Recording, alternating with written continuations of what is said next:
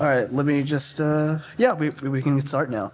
Hi, everybody. Nice to see you guys. Nice to turn out here. I appreciate it. Yeah, welcome to this panel of how to be a voice actor both nationally and internationally. So you're joined by myself, Vikram Rajan, Dallin DeNova, Chloe Elmore, and SJ Shirley Jones. So let's double check this works real quick. Wait, how do I press, is it the next button? Oh my gosh. We're voice actors. Go with button. Try turning it off and on again. I'm just like, how do we get to the next slide? The green button? Oh, yeah, there we go. There's two green buttons, so I gotta make sure. But yeah, just a little bit about ourselves. So I'll keep it nice, short, and simple. I'm a voice actor and casting director. I do work in like animation, video games, anime. And yeah, that's pretty much me. You guys can say a little bit about yourself as well. Hello. Haha, it is working. Hello, I'm Daniel DeNova. I'm a voice actor in the industry. Funny that.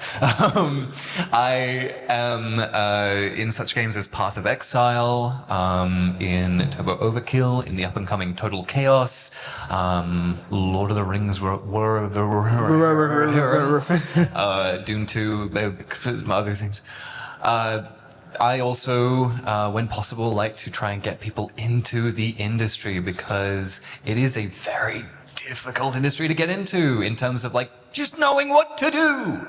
So yes, this is me. I also like Dungeons and Dragons, if you couldn't tell that, because I look like a wizard. So, we love tattoos and dragons. I'll hand it over to Chloe. Hi, you guys. I'm Chloe Elmore, and I'm a voice actor based out of just north of Auckland. And I have been pursuing acting. It was primarily like on screen in the beginning and on stage. And I've been doing, so that's 11 years of pursuing it as a career, trying to 3 years full-time as a voice actor. So it's the only thing I do. And I am very, very grateful for the opportunities I've had. I'm 2 lead roles in the Path of Exile 2, Ranger and Huntress. If any of you have played that, which hopefully in this kind of setting, a lot of you will have. And I have done quite a bit for Warhammer 40k, Warframe, a bit for Warframe, a little bit for Fortnite. There's a bunch of other things. I mainly obviously work in the commercial TV, blah, blah, blah, blah, blah. And yeah, I work sort of all around the world. I do work in New Zealand a reasonable amount, but I mainly work with overseas people. So yeah, I have most of my clients are in America, the UK, Europe. And so very grateful for the being a bit of a chameleon. And so yeah, very happy to answer any questions around that as well. Kia ora, I'm Shirley. I work as SJ because there is another famous actress called Shirley Jones, so why not? Those of you who know the Partridge Family, yeah, I was. I work in, I make nice sounds like this, the people that you swear at when you phone a corporation. And I also like to die on command. My favourite methods of dying are throat deaths, drowning, blood in the throat kind of thing. I know, they're so much fun. Games you might have seen me in. Well, I've not been in Path of Exile, unlike just about every other Kiwi voice actor I know. But I am in an indie called I Am Your Beast by Strange Scaffold, which most people know are the real power thing. So who's played I Am Your Beast? I love you, I love you. So, you know, where are you, Harding? Pick me! But I also do all sorts of other work, IVRs, radio imaging, whatever needs to. She's also a radio imager. So yeah, I work globally mainly. My last IVR was a US company for a Kiwi company. So that's what we do. Oh, I love all of you who've played I Am Your Beast. We need to take a selfie for Zelavia. He'd love it. Nice. So what's going to happen here is, so we're going to have like a mixture of talking points and questions, and this time it's more open, so more questions, because last time we had a lot of questions, very little time, because like the next person had to go through. So with that being said, let's get started right away. Okay, so the modern voiceover world, it's a lot different than what it used to be. There's a lot of things from when I started out. You know, we didn't have to like worry about AI and other stuff, and you know, you could use USB mics without being judged horribly at the time. But you know, now we got your home studio, so record remotely. because in-person local work, especially in New Zealand or even anywhere, honestly, that can be it takes a bit of time to like really break into that scene. But remotely, you can kind of start off, with either fan stuff or indie stuff, and just kind of keep going from there. And to get into like certain rosters and things like that, or to market yourself, or what I like to call a bit of a calling card is like demo reels. So it's like a nice showcase of your range, nothing too long. It can be like a 1 minute, minute and a half of just like your ranges, what you can perform in authentically without destroying your vocals. Because if it's a voice that you can't sustain for like more than 2 hours, don't do it, because you will. And replicate. And replicate, that too. And so like, and since, the whole social media stuff, professionalism, personal brands, social presence, it really does matter a lot, because a lot of casting directors and directors in general do see what you post. So you got to be a little bit careful. You can talk about whatever you want, but just be a bit aware and don't be a dick online. That's what I like to say. You can say whatever you want, but don't be a dick. Otherwise, it can get a little problematic. But yeah, just as long as you are professional, you're kind, you've got nothing to worry about. So it should be all good. And of course here we've got authentic casting. So that's for mainly people of color like myself and other ethnicities, because back in the day it wasn't as much of a thing as it used to be.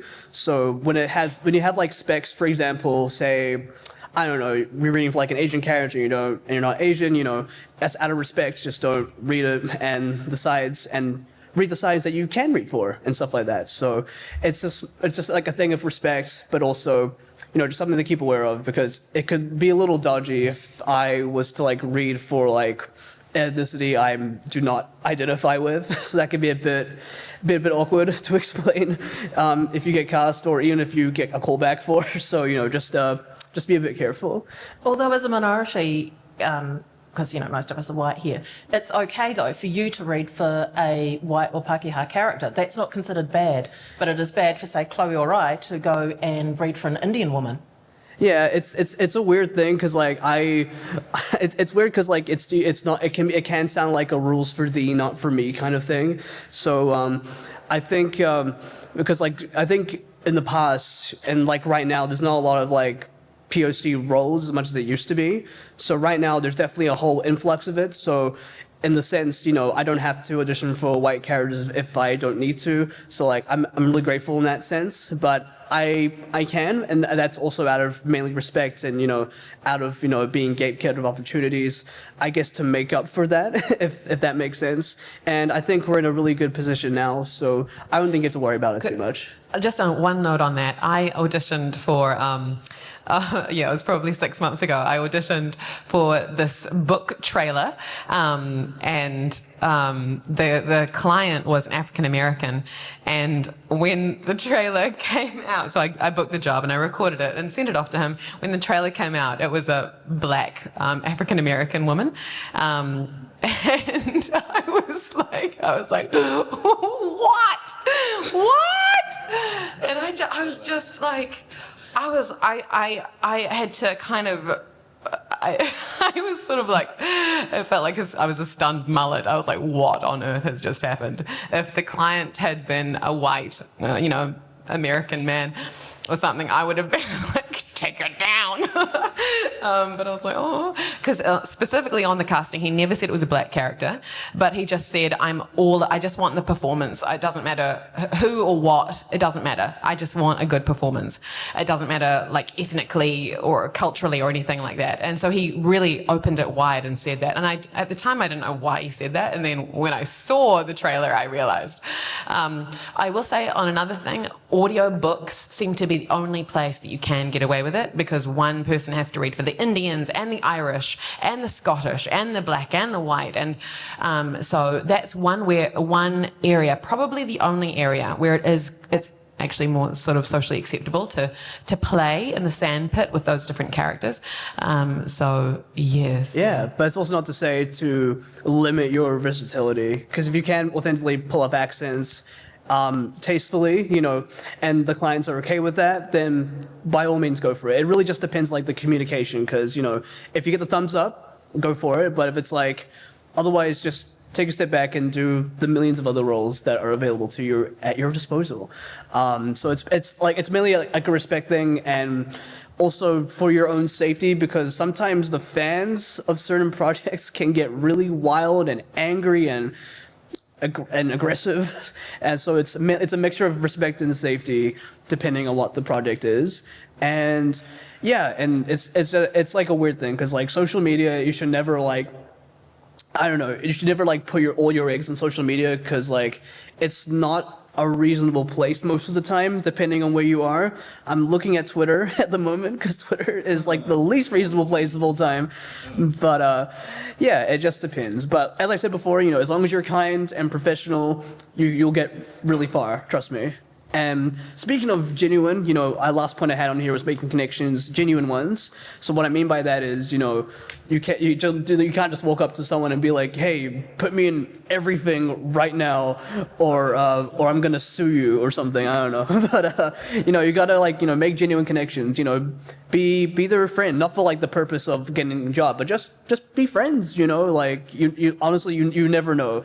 They'll never know, and you'll never know. But as long as you're like a kind person, as I said, before, you'll get really far and you have nothing to worry about.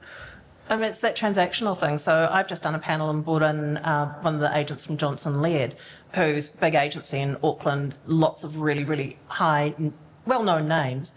And the whole thing working with her is not for me to get booked into Johnson Laird. It is for the purpose of what we are doing. Don't be transactional, be friends. I mean, all of us are friends, and I've got so many game dev friends, and it's all about being a good person. You don't have to be the best actor, but if you're an awesome person, nice to work with, they're going to go, yeah, we'll get them instead, because they've never said, give me a job. Yeah. Give me a job. But being a good actor also helps a lot too sometimes. But yeah, next one we got.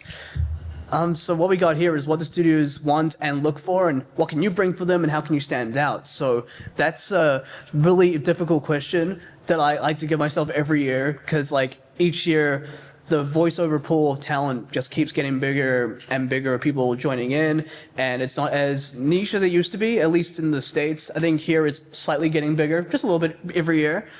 People like yourself joining in and learning more, it definitely also increases that pool. So what I like to say is, everyone is a different and unique individual, and if there is someone out there that genuinely is like the exact same, like that's honestly very impressive. You guys should like start a band or something, because like that is genuinely very impressive. But everyone experience comes from somewhere, which you can add to your reads, to your work, and along with your training or your acting ability, every time you practice, that stuff kind of builds up and gets better, and you kind of make everything sound natural to you, but also authentic to you and what is real to you. And when you have like those real performances, those are the ones that will stand out and what will book you the job, but also, keep you in, players' minds or the viewers' minds. And yeah, so like don't be afraid to like, bring out your authentic self or hide anything for whatever reason, because I used to do that. I used to like hide like a lot of myself when I started out, but then I would say like around, I think when I graduated high school, so like 3 years later, that's when I was like, you know what, I'm not going to do that anymore. And then things have just been so much better. It felt like I wasn't like half-assing anything. It just felt like I can just be myself, and things just worked out. So do not hide yourself. You say, is that okay? I'm dreadfully polite and scared to interrupt people. No, please interrupt me anytime you want. It's okay. Oh, okay. I won't. Yes, so on that as well, it took me the longest time to actually realize that, again, your natural speaking voice is what gets you a lot of roles. Lean into that. Yeah, your tone and who you are specifically as a person will get you some roles at some point, guaranteed. And that is because you are you, and they're looking for you specifically. So yeah, if you want to do like a Scottish accent and put something on top of that, you can, if you like. But it's your natural tone and how you are as a person. If you can lean into that, you can start putting that into some kind of Russian sound if you like to do that. Great. If you can get all those inflections, you can get all that sound and your genuinity into it, That's awesome. The thing that you want to work on the most is what makes you special. Yeah. Yeah, totally. I was pretty much going to say that, except with maybe a better Scottish accent. I'm joking. I'm joking. On Path of Exile, I just did a Scottish boss, and there was very little of the Scottish accent because it was just screaming my lungs out the whole time. So anyway, I've recovered. Bless you, Grinding Gear Games. But yeah, for even animated series, right? They are wanting grounded performances. They call it grounded, because it's when you're not trying and striving, it's just you. It's not what it was, the animated series from like the 80s or 90s. And we've very much gone away from melodrama. Gen Z, I'm a millennial, I think. But the generations below me crying out for real. Real. And it's ironic that we're in the age of AI because we're just, the Gen Z and the, generations below that, we're just wanting something so raw and real. And I think, that's probably why, for me personally, I can't speak for you guys, but video game voice acting is my favorite because it is so real and so gritty. And it's just, there's something deeply human about it, more than probably any other form. Commercials, they want you to have a grounded read, but there's still a selling element to it. With video games, you're not selling anything, you're telling a story. You're not selling, you're telling.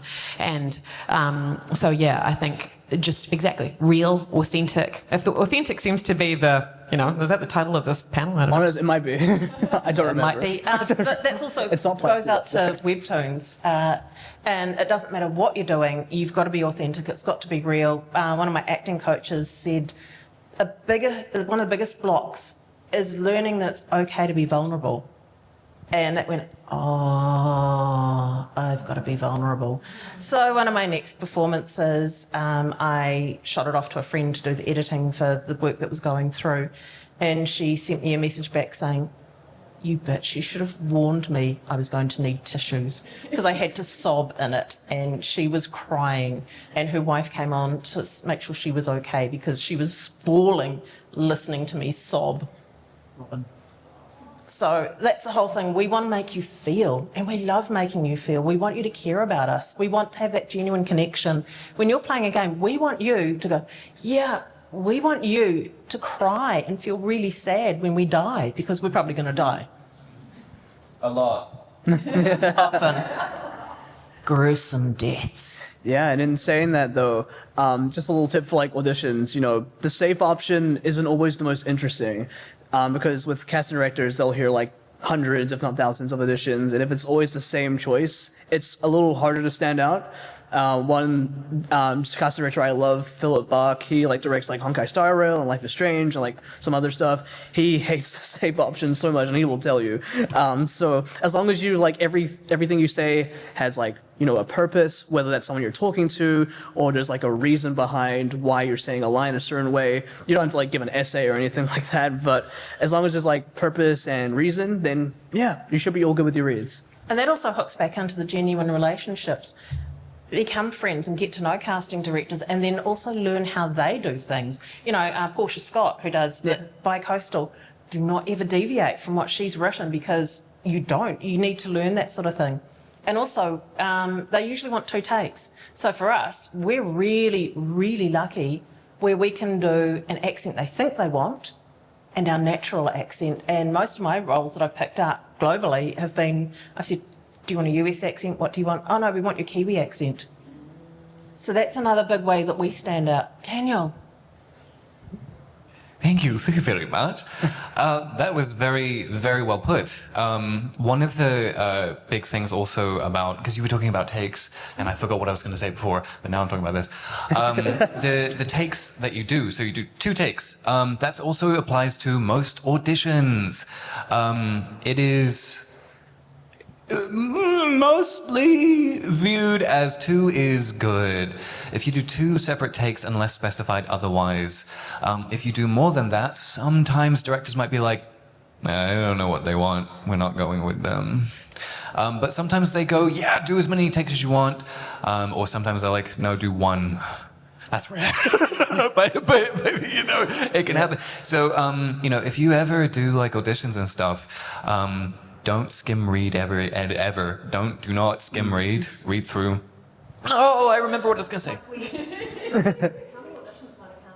Have to listen to? Lots. Oh, usually over like thousands. Here it might be a few hundred. Yeah. Globally, it's In the thousands. the average is about 1,200. Yeah. So if you don't get cast, you're still a good actor. Don't worry about it. Like if you get like the auditions itself, that's a win in of itself, you know, because Yeah. they will hear you, even if it's for a second, you know. Yes. Oh no, I forgot it again. Yes, you absolutely can. This is the intermission while Daniel's thinking. I'm just gonna put the next slide up just in case. Vikram mentioned Philip Buck, who I've done a workshop with, and he's very hardcore. And Andrea Toyas from Blizzard is also very, very similar in her style. And I think that in some ways you have to work harder in an audition than you do in the actual recording session. For me, Oh, yeah.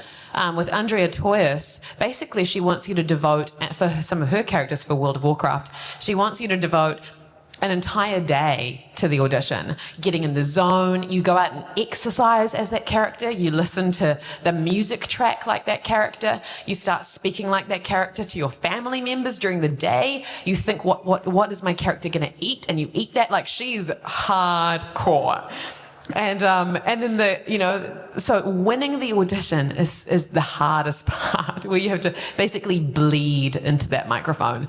And from what my experience is that usually the recording session is much easier. And with commercials, they want you to bring something so unique and so so authentic and all these, you know, buzzwords. They don't even know what they want, but they want to hear something that makes them go, oh, like next. But then in the session, they might actually just direct you out of that interesting read and into something very, very plain. Like a lot of the things I've auditioned for, the end result has been extremely banal and very pedestrian. And so in my experience, this is just to say that the audition is often the hard work of booking the character. Yes, exactly. I remembered. I'm going to say it before I forget again. Go for it. Okay, all right. So, keywords. If you're reading things and a character read just says like sorrowful or perhaps like vitriolic or whatever, one of the things that you can do as a mind exercise is think about what other words those words branch off into. Because as you think about it, so sorrowful, sad, woeful, you start thinking about all these different words, you start to get a bigger picture of what actually they're after. The one word that they say on that audition, whether it be, maybe it's just, they just say, yeah, character's angry. Okay, so you want angry, right? No, like what kind of angry, right? So you have to think about like what kind of angry, and then you have to apply that to the words. Like, what's the word saying? So you could go angry, and then you could say, oh, seething is another word for angry, right? And so you start reading through those words and go, that person's not yelling. That person is like cold angry. So it's all those types of things that you just kind of want to think about. I can see in the peripheral of reaching for the Shared microphone. We all get on really well, as you can tell. There's a lot of love on the stage, but there's a lot of banter. But going into that too, when you're reading it, it's also who are you talking to? Where are you talking to them? Even in the audition, all these things. Who are you talking to? How do you feel about them? How do you feel about them now? How do you feel about them in general? What do you want from them? So that seething anger. I am really angry because my husband pissed all over the toilet and did not clean it up. I love him, but he pissed all over the toilet and I'm going to kill him. It's that sort of thing. What is it? It's not just bring more smile to it. Yeah, what kind of smile do you want? Yeah, and having like different contexts for what you read and having like free reign to do that, especially in auditions, really helps a lot in that regard. I'm gonna like quickly skim through these because I promised we would have more time for questions, so I apologize. But you have so much information, so I appreciate it. So Yeah, big old. Oh, that made a huge echo. Where to find work? So online, I think that's where a majority of people start nowadays. So I put Casa Cool up there, Cool Club up there as an example. There's a lot of gyms in Casa Cool Club, but honestly, I would say like the most like consistent is like around Twitter or Discord. Like there's VAC run by my friend Kira Buckland. She's amazing. And there's also VAL, which isn't as active as it used to be, but there's still stuff that comes through there. And if you're on Twitter, the dreaded Twitter, you don't have to be on there for too long for your sanity, but you can at least like follow like the VA casting retweets, so you can at least see the auditions come through, and you don't have to be on Twitter. So it's best of both worlds there in that regard. And there's Cast Voices where they've Cast got Voices. quality, not quantity, but it's really good people, really good casting directors who will have things really well thought out. I actually don't like casting Cool Club. It's just No, you've got Voices and V123 as well. Yeah. Like the pay-to-play sites especially can be hit or miss, but Casting Cool Club's like a really good way to like really test the waters, like with fan stuff. Because a lot of stuff I used to do was fan stuff. I don't think you can find them on YouTube anymore, but good luck. But yeah, it's a great way to like test the waters, and over time you get better at auditioning techniques. But before Daniel has something to say, I'm just going to go quickly through these ones so I don't forget. So rosters, of course, we've got like online rosters. You'll find those on Twitter, or you'll find those online. There's like a huge spreadsheet of them. Different genres. So exactly like I said with demo reels, there's demo reels for different genres as well. So that's animation, commercial, video games. And when you have like stuff together, you can eventually make a visual reel of like stuff that you've done previous work. So you can see like what kind of stuff you get booked for and like what's like the common ground or not common ground if it's like different ranges. And I got agents down here as well. I put first impressions matter a lot. The reason I say that is because my first agent is I took a while to get in there because I was very much a child and I did all the wrong things. And we got there eventually, but good God, I don't want to talk about it, but I will anyway. But eventually with like bigger agents in like the US, the UK, Canada, you kind of like you know how to advocate and sell yourself without selling yourself like in a untransactional way. It's more like I'm gonna advocate for yourself. I know I'm gonna do a good job for you. We're gonna do some awesome work together. And when you have like credits and stuff to back up those claims, or a recommendation or referral of other people, either in the agency or maybe not, if it's like a casting director specifically, then that will also help a lot, because at the end of the day, you're gonna get the sides. And most agents generally get everything. So yeah, it's not like, a clique of like, you should be in the top 5, 10, 15, or you stink. It's everyone gets the same thing. So just as long as you bring something different to your reads to stand out, then you're good. You're getting the reads anyway, which is a really good thing. So yeah, just something to keep in mind. Now you can speak. So thanks. Yes, to sort of follow on to places that you can actually look for work. There on Twitter, I refuse to call it X. You can also have this thing which is basically called voice acting retweets, I believe. Yeah, VA cast retweets. Yes, exactly. So if you, I'm going to sound like a YouTuber right now, but if you follow that and ring that bell, and by that I mean if you're on X or Twitter, you can actually get every time they repost something, you get a notification. That's an audition. And sometimes they are big ones too. You just got to remember that everyone who's following that can see it, but audition anyway. One of the reasons that you want to audition anyway is because sometimes you audition for a character and you get another one. They'll be like, not that character. However, that is exactly what we're looking for this one. It's not even casting yet. An example, I went in for a character for this up-and-coming cartoon. I didn't get that character. Oh, I did get 28 other characters in the cartoon, though. So that's something that can happen, right? You can go in for one and walk out with 28 characters. Or 3, or 50, or whatever. You audition, and you're always creating opportunities for yourself. The other thing I want to talk about demo reels very quickly is don't try and make the perfect one. just make things to begin with and take a lot of free projects for fun, provided everyone's doing it for fun and no one's getting paid.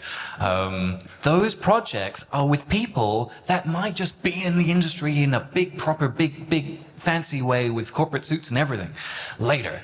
And then you can just be like, they'll be like, well, I like working with that person quite a lot. I think I'm going to get them on this project. They did quite well. And hey presto, you basically don't just even have to audition. They go, you there in the black coat, be on my thing. That can happen to any one of you, so long as we're going back to the friendliness and being friends with people and being passionate about what you want to do. For us, it's voice acting. For you, whatever it is, I think that holds true in the creative industry in general. Be a good person. Be passionate outwardly about what you want to do. And people will remember and see that, and they will remember you as well, because they'll go, well, I'm not as passionate, I wonder. And lastly, demo reels. Record things, put them on a profile. And then I think the last thing is a website. Yeah, website. Yeah, so social media is getting more convoluted these days. It's kind of harder to get things done. A lot of directors actually look specifically, and I mean specifically for websites. They will find you. You go, well, why would they find my web? They will. They will find it. I don't know how they do it, but they will find you if you have a website. No, they'll that use is a search engine and take advantage of that Google search engine. Oh, yeah. Or Bing. Yeah. If people use Bing these days, I don't know. Yo, Bing is so... Anyway, I'll let you know. We seem to be doing past the mic. So a couple of things within that. So your website.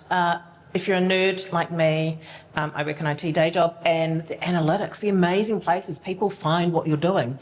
I have one this week from Belize, Vietnam, some really strange places. A lot from somewhere in Hamilton, Ontario, and I really want to know who that is stalking me.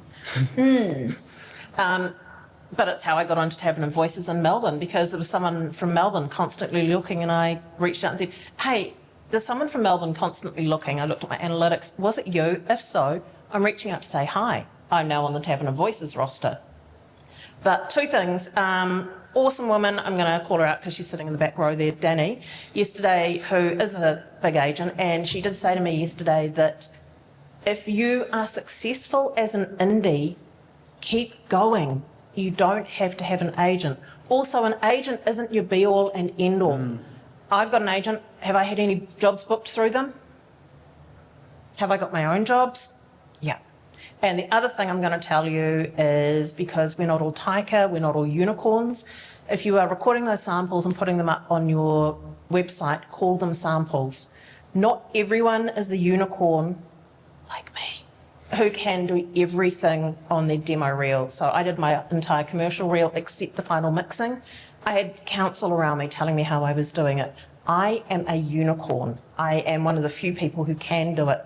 Don't expect that you can do it. We are not Taika, to take a 48 Hours reference.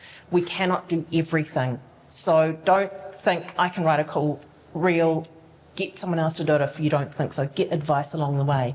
But yeah, not everyone's a unicorn and can do their own reels. Just keeping track of the time. Just gonna move along. We might have like 10 or so minutes left, so we're just gonna get through to the questions. Oh, that was perfect. That's your best shot. Fire away.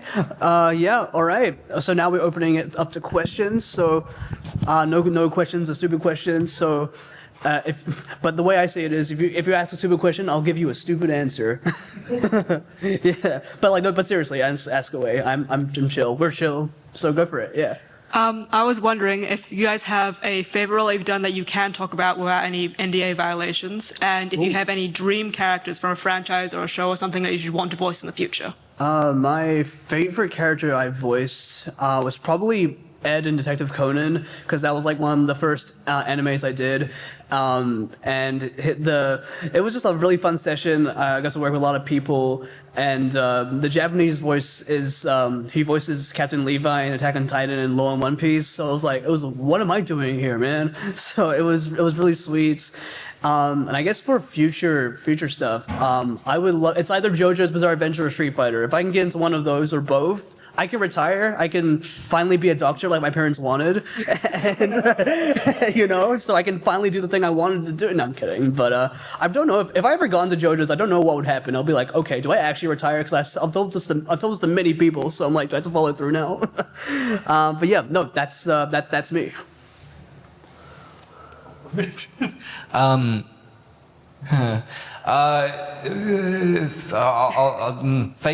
I'll go favorite game and then I'll go favorite thing. So favorite in a game. So I could say Path of Exile, and those characters are fantastic, and I love all the ones that I've voiced.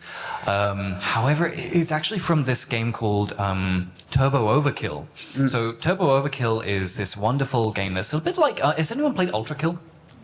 Yeah. It's like Ultra Kill. I would highly suggest you play Turbo Overkill. It's homegrown here, baby, and it's produced by Apogee Entertainment. Yes, that Apogee, one of the first games companies ever. I played one of the main bosses, but my favorite was just it was this vending machine.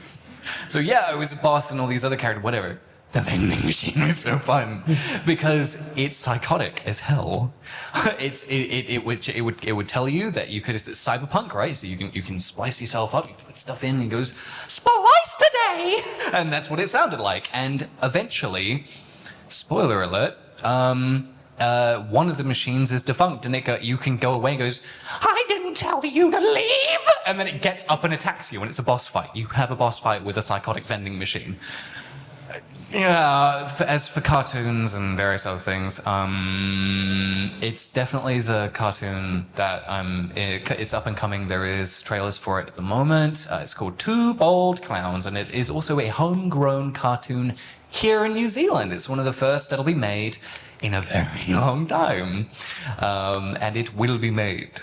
It will happen. So we've already got 2 episodes that are completely finished. And we're just chugging along, and my favorite character is my favorite character is Jingo. Is one of the leads. It sounds a bit like this. Hello, I'm Jingo. Lovely to meet you, and so on and so on and so on. That's me. Oh wait. Oh, I'm so sorry. I have to say what I want to be in, right? Yeah. I really want to be in World of Warcraft because I played that since I was a teenager. I really want to be in World of Warcraft. And just about any Final Fantasy game ever. I love Final Fantasy. Yeah. Mine is definitely Path of Exile. Mainly because there's a lot of characters I don't remember voicing. My memory is not that great. I have to keep a list. I think I'm up to 97 characters this year or something. So I really can't remember a lot of them. But I do remember Path of Exile because I've been into the studio for them for hours and hours and hours and hours. I think I'm up to 90 hours of recording or something over 4 characters, but primarily Ranger and Huntress. And I love them both because Ranger is just so effortless. Basically, they're just like, do less, Chloe. No, do less. Just do even less. And so I'm just sort of sitting there going, oh, there's some miasma filling up this place. She's a very sort of, she's very dry, but very, she doesn't have much of a sense of humor, maybe. She's very, she takes things as she sees them. And then the Huntress is obviously, she's this Yorkshire passionate. In fact, our character... Oh, yeah. Are we allowed to say? Yeah, okay. No, they're out. You can talk about it. Our characters have a love story arc. So, Huntress and Delwyn, and we flirt. So we weren't in the studio flirting at the same time. That would have been really fun. But, I was like, I know Daniel's reading these lines and I'm reading these lines. And it was quite funny anyway. Expanded it out if I know, wait a minute. Bettingson's next, I think, at this point. Yeah. I love it. And also there's this, I will show a bit of her. This is, when you get, not all amazing characters are paid. And I do think it's good to have standards. You need to have standards. And but when this person reached out to me and told me about the character, I was like, I don't care if it's not paid. I'll just do it because I really like it. And I yeah, my voice lends itself not to the little ingenue, but more the femme fatale or villains. So I'm having to, just own it and just go for it. But she is sort of one of those, if this comes through. The exact moment. Hope. Oh, codename. Yeah, I love Nightfall. It's almost beautiful. Did that work? I'm not sure if it worked. But anyway, she's a femme fatale, so I like those characters. I've got about 4 characters I can't talk about because they're all coming That's so out fair. in animations. It's like, Be very vague about it. next month. No, I can't because, Not true, fair enough. Don't be very vague about it. I'm playing a mum in one of them, Nice. which anyone who knows me is going, you're playing a mum. I know, I'm playing a Californian mum. And a lot of IVRs where I get to welcome you to organisations. Still waiting for Strange Scaffold to come out with the next game because they've got some ideas for me. My favourite role so far has been Greta Strong in the audio drama Great Voice No Training, a voice acting legend based on another voice acting legend who we all know, Canadian woman who we love, Jennifer. Oh, Jennifer Hale? Yeah, we all Nice. love her. Who would I love to work for? Obviously, I'd love to work on pretty much any AAA, especially the space opera ones, because we don't have to have a US or a fantasy, the nice ethereal British fantasy accent. I'm seeing the little hands going, time.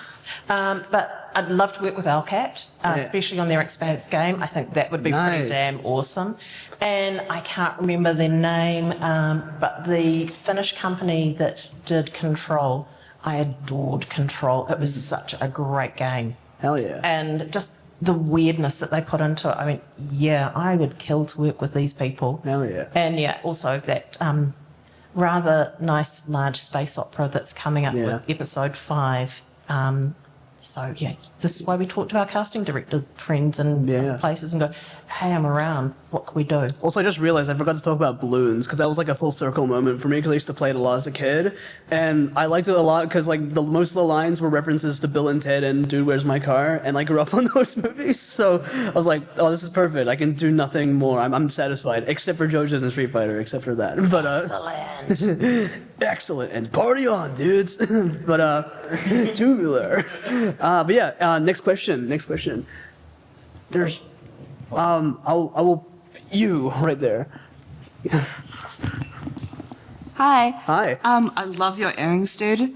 By the way, I was wondering if it was ever like when you were starting out, was it ever jarring to hear yourself, and how did you get used to hearing your own voice like over and over again? Over and over again, you just get used to it. Yeah, that's my answer as well. Should I?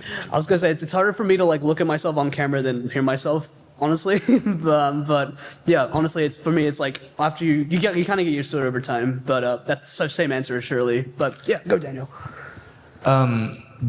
Do a lot of recordings, listen to yourself, try to get analytical about it. Over time, you will get so used to it. It took me maybe like under a year to get used to my voice, hearing it through a microphone. And the way that I did that was I did reads of things, or I did the taboo thing of impression work, which is, it's fine. There is a real thing in the industry called voice matching. It's just professional impressions. It's just we don't like to tell people to do impressions because you also need to learn to act. So it's all very well that you can do an impression, but can you make that character say different things in different tonalities in different ways? Exactly, can you actually act the character? That's why we kind of veer you away from doing like never put an impression in your demo reel. I'm getting ahead of myself. What was I saying? How do you did you take some time to get used to your voice when you started? Yes, thank you. It took me about just under a year. Record a lot of stuff, listen back to it. Heck, maybe even learn a bit of editing. You will have to do that a little bit in your own home studios. So listen to it, do it, and you will become a lot of editing.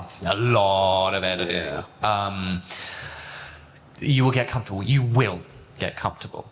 It will happen. But you just need to give yourself that opportunity to yourself to do that. Yeah. Oh, yes. Sorry to interrupt. We got 5 more minutes, so let's just speed around for most of these questions. If not, you can just talk to us afterwards as well. So do not worry, we're chill. But yeah, Chloe, did you want to say real quickly, or are you happy to move on to the next question? Is there another question? Yeah. So give another person a chance. You over there? Yep. Yeah, and don't worry. If we can also talk to you guys afterwards as well. It's So also it's all good. ubiquitous everywhere, so we just hear her voice everywhere. Yeah, so don't worry. If you have more questions and we run out of time, just talk to us afterwards. We're so cool. So don't worry about it. Well, I'm not really. I don't. If I say I'm cold, I'm not cool. I don't want to think Really cool. We're all real nerds. But yes, say your question, please. For those of you which have had a background in performance arts, maybe stage or television, what skills did you pull from those in voice acting, and what differences were there that differ between those, or were more of a challenge going into voice acting? Yes, well, I'm glad I've got the microphone because I do have I never even considered the possibility that voice acting was even a thing. So when I went to drama school, this was 2014. I had no idea that voice acting was a thing. I just wanted to do on stage and on screen. The cross-transferable stuff is that the microphone picks up everything and the camera picks up everything. The stage, you can lie, you can fake it on stage a bit, and any stage actor would say, how dare you? But it's true. You can actually show up on a really bad day and just fake yourself through a stage production. You cannot do that on camera. It'll pick up the tiniest bit of lies in your eyes. And from what I found with microphone, my TLM 103, I've heard it said that you can hear a sparrow fart from 100 meters away, so it can pick up. And I believe that, Shakespeare said that the eyes are the window to the soul. I believe that my voice is a window to my soul. And I can hear when I've had a really bad day, when I'm really depressed, when things are, when I'm just struggling and I'm trying to fake a really joyful selling a Gatorade commercial kind of thing. I genuinely have to be joyful about selling a Gatorade. So the transferable things are, again, what we've heard today. Who am I talking to? How can I plant myself in a genuine space and really feel myself saying this genuinely? Because the thing is, AI is doing such a great job of faking it, and it sounds really real. And so there's no room. There never really probably has been, but there is a far less room than ever before to sound like I'm faking an emotion or faking selling something. There's just absolutely no room for that. So I think learning and acting, my motives and my goals and my desires and all those things, and playing into it. And but business didn't come into it much as an actor. When I trained as an actor, we didn't get trained on the business side, being our own agent, being our own marketing director, being our own accountant, being our own tax agent and advocate. And so that is something I would say almost the skills are really important, but this is a business. It is you have to hustle and grind. At least I do. And take it really seriously. So I would say balancing out the performance side with the business side. No, ditto. Any other questions? I was also going to second all the businessing thing. Oh, sorry. So I came in from a contracting mercenary IT government contractor, and I fell into voice acting. I'm actually just monetizing my ADHD masking. So for those, there's a lot of neurodivergence. But your business side, your accountant or Henry or Xero or whatever you're using, they are your best friends. And pay your tax. I'm glad you said that on camera. There's 4 minutes. 1 more minute? Okay, but we can also have questions afterwards as well, just sort of all good. So last question. Question. Okay. What is the general opinion on sites like Fiverr rather? Ooh. I can talk to that. I've really hustled on a lot of different platforms. I will say with Twitter X, that's where I got my Warframe job. I couldn't believe it. I'd never really used X before, and I was just this was a few years ago. I was like, what is this weird thing? I'm an old woman. I'm in my 30s, and I'm not sure what to do with social media, whatever. So there are very strange, unique experiences you can get with the most unlikely places. Fiverr I hear some people doing well out of it, but it really has never worked for me. I have tried and I have failed. And when I've tried to set a good rate, I end up getting a bad review because they say I've overcharged them when I was like, I've still only charged you a sixth of what this actually could cost, but they just want to, literally pay $5 for it. So be careful, because the clients who want to use Fiverr and not a more reputable source or an agent or even you directly through your website, there's a reason. There's the particular kind of client that is attracted to Fiverr is a red kind of flag in itself. That's what I'd say. And I'm just going to add on from the talk we had this morning on AI. So a lot of those cheap ones, they will come to you and they will want you to do text to speak, text to, TTS, AI cloning, things like that through those particular sites because they know you are young and hungry and new in your career. And don't do it. Unless they're offering you $200 million and you are set for life, do not do it. There was one on a pay-to-play recently, I think it was Voices, and it was $2,000 for a Kiwi accent. And it was they were going to use it in perpetuity. So that's the other thing too, understand what in perpetuity means. Get some legal training on those little bits and pieces of how to read a contract. And yeah, that was in perpetuity, $2,000 to use your voice, to own your voice forever. So that's why I'm very anti those particular ones, and they're not good. There are better ones out there. As you've said, Cast Voices. Voices is okay. V123 is okay, but there's other sites. Bidalgo, is that Bidalgo's okay, but good? you have to pay to get to the auditions. Mandy, you don't have to pay.